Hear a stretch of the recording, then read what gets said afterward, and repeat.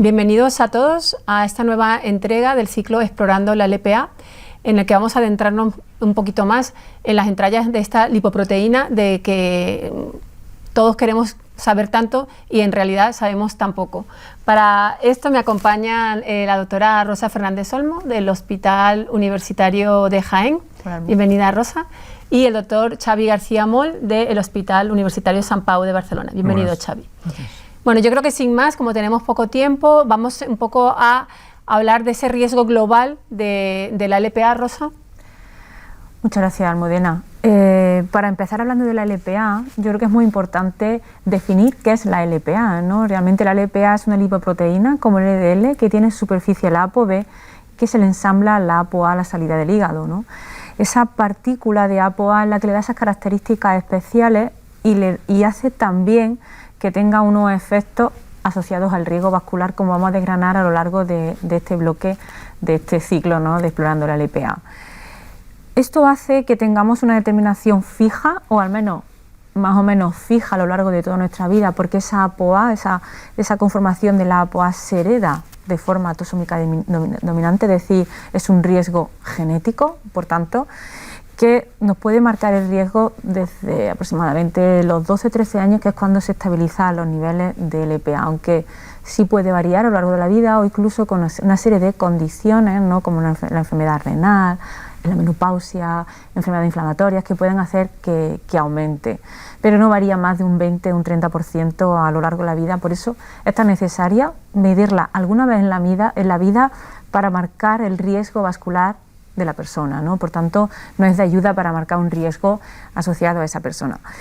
Se relaciona con la enfermedad vascular, que ahora ya se comentará también a lo largo del Cardio TV, y creo que una de las cosas más importantes es ¿qué tiene más riesgo? ¿El LDL y la LPA? ¿Qué relación tiene con el LDL? Recientemente se ha publicado un metaanálisis, como se ve aquí en la diapositiva, cómo realmente la LPA tiene un riesgo independiente del LDL, porque incluso se ha visto que en pacientes tratados con estatina, cuando se reducen de forma extrema los niveles de LDL, se sigue manteniendo riesgo vascular asociado a la LPA.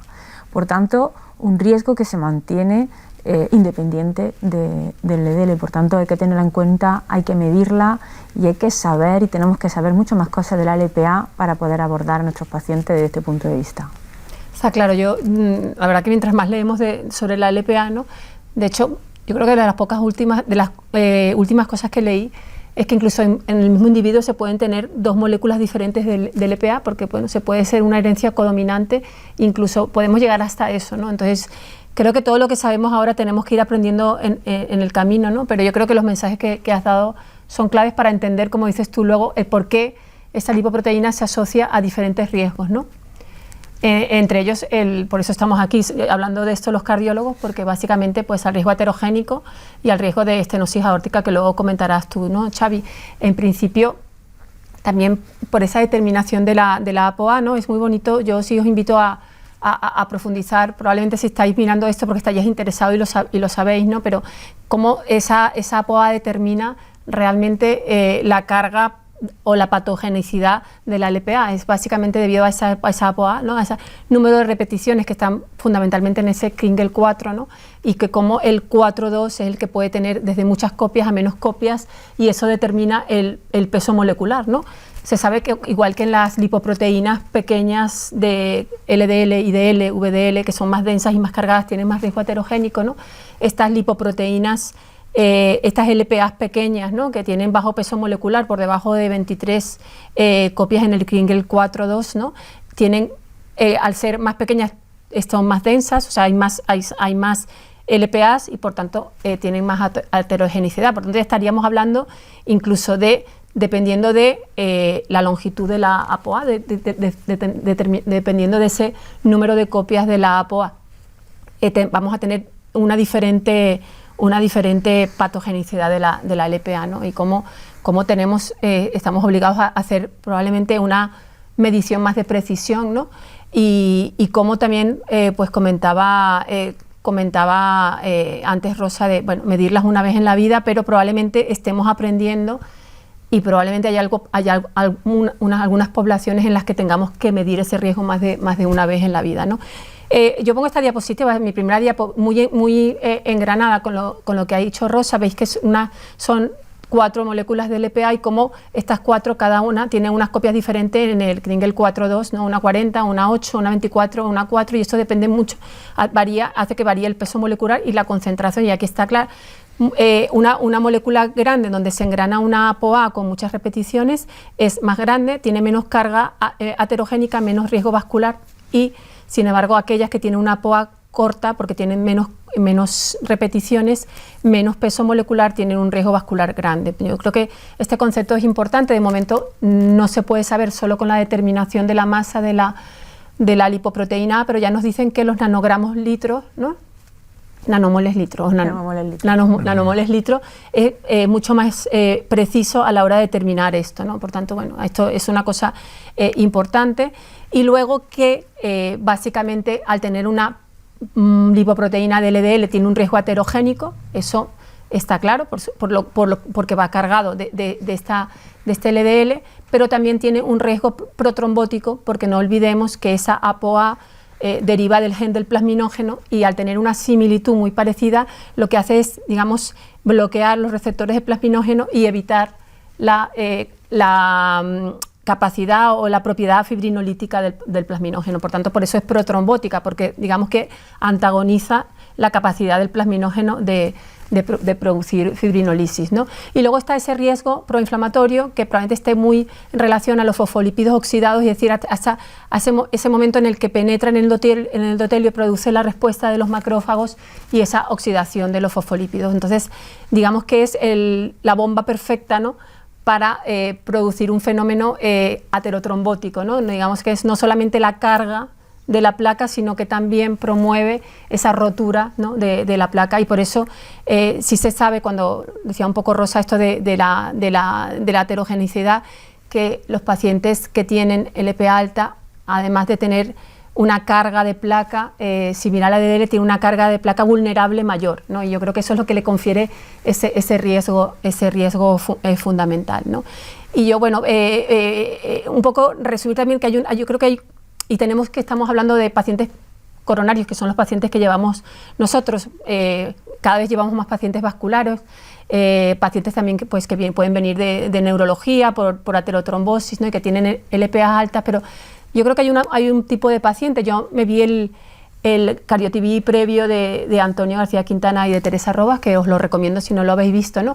Y yo creo que ahí le faltó un tipo de población a los que yo creo que deberíamos repetir la LPA, que es a los pacientes a los que después de tratarlos con estatinas, ¿no? Es verdad que es un porcentaje muy pequeño, pero hay una cierta población de pacientes que con estatinas le sube la LPA, ¿no? Probablemente sea un mecanismo de compensación, de bajar el LDL. Por alguna razón el organismo empieza a producir más LPA. Son pocos pacientes, pero son aquellos pacientes los que hablábamos al principio de mi intervención, que tienen esa LPA de bajo peso molecular.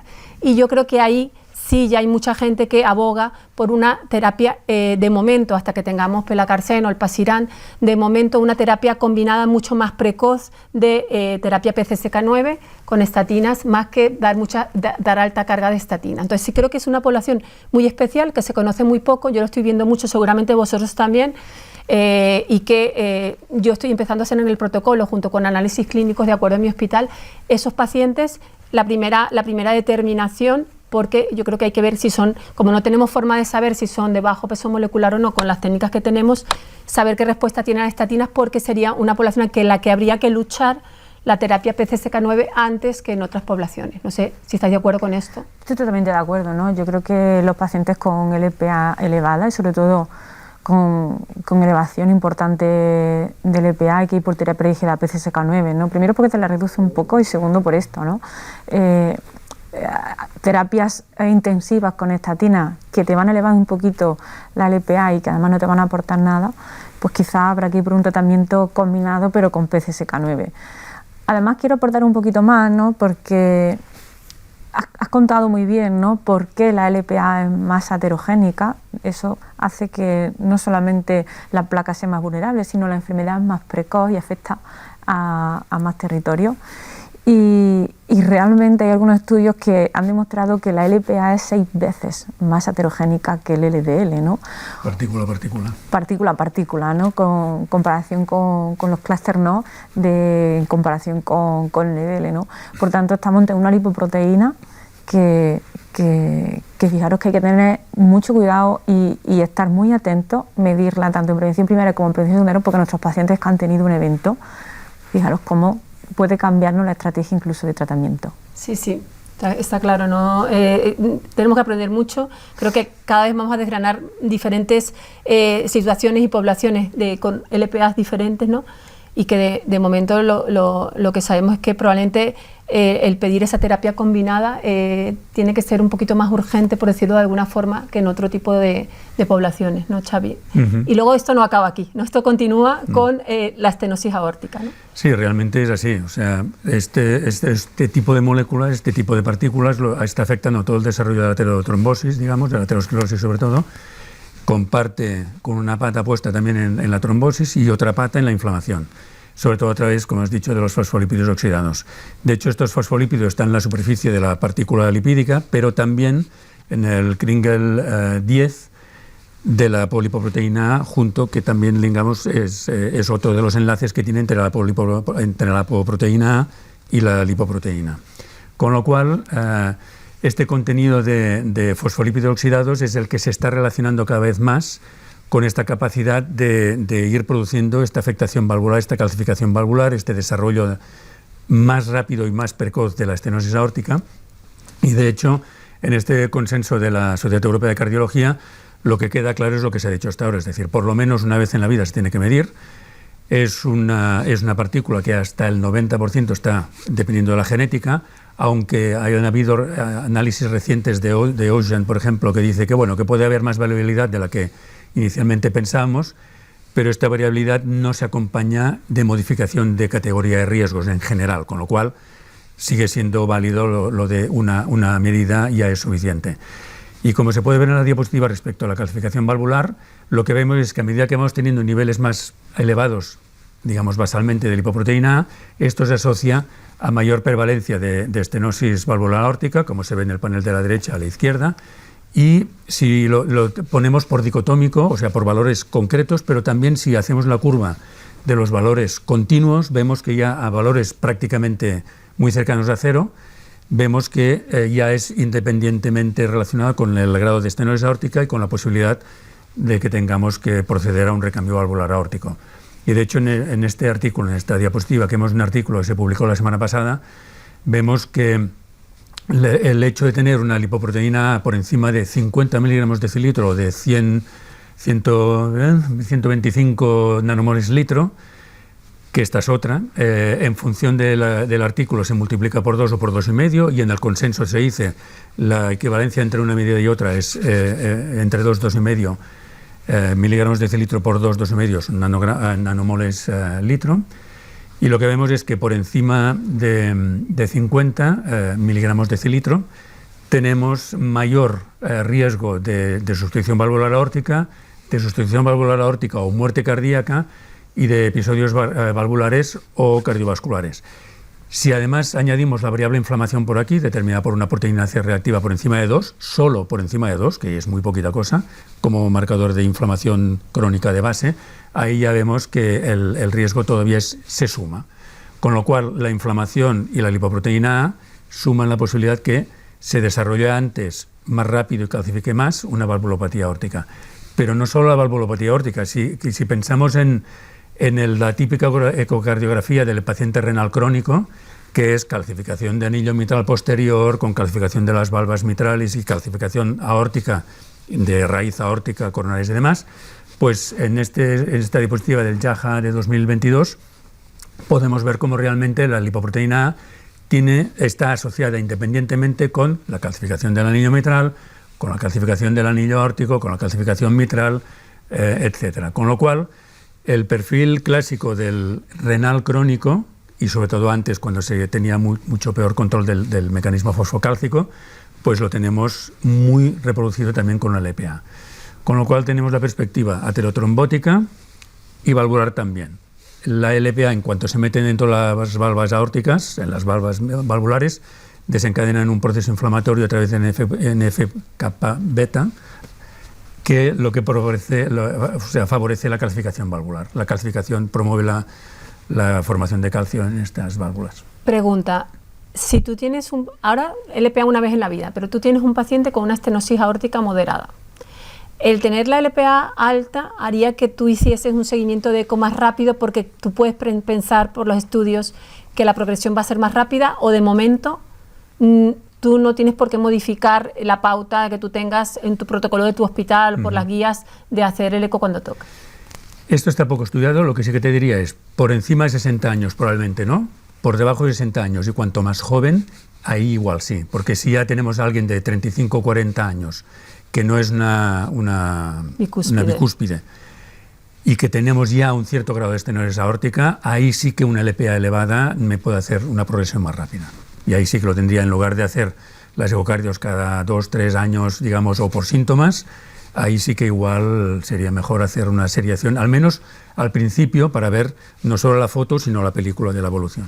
La verdad que yo, por ejemplo, ahora que en la unidad de rehabilitación tengo pacientes vasculares vasculares periféricos de neurocoronarios, tenemos un incremento de la prevalencia de la LPA alta en los vasculares periféricos mucho mayor que en neuro o en cardio. O sea, como que tiene una predilección, a lo mejor, de atacar una serie de territorios vasculares mayor que en otros, ¿no? Lo que estamos viendo. Y LPAs por encima de 150 en nuestros pacientes vasculares, casi rondando el 40%. Es muy alto, ¿no? Entonces, probablemente tenga mucho que ver por la apetencia, por decirlo de alguna forma, de un territorio vascular o de otro, ¿no, Rosa? Yo creo que la inflamación juega un papel crucial ahí, ¿no?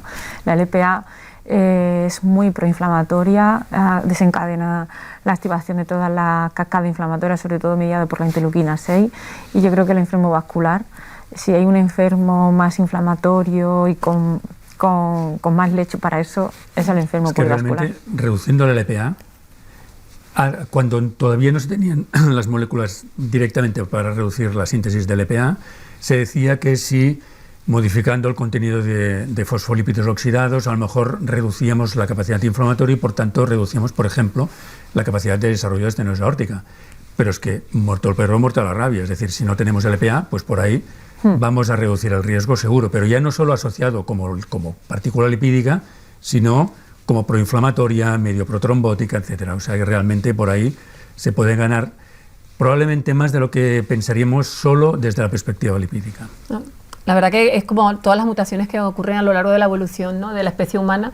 Probablemente en alguna época de nuestra evolución necesitábamos la LPA, pero claramente ahora, mientras más bajo, mejor, ¿no? Y probablemente haya poblaciones que tienen rondando a cero. De hecho, los estudios que hay ahora con los fármacos para inhibir LPA, pelacarsen o el pasiran, de momento apuntan a unas reducciones muy grandes, ¿no?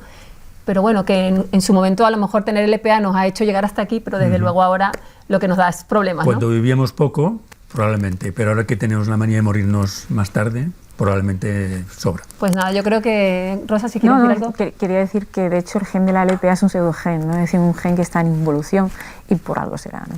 Sí.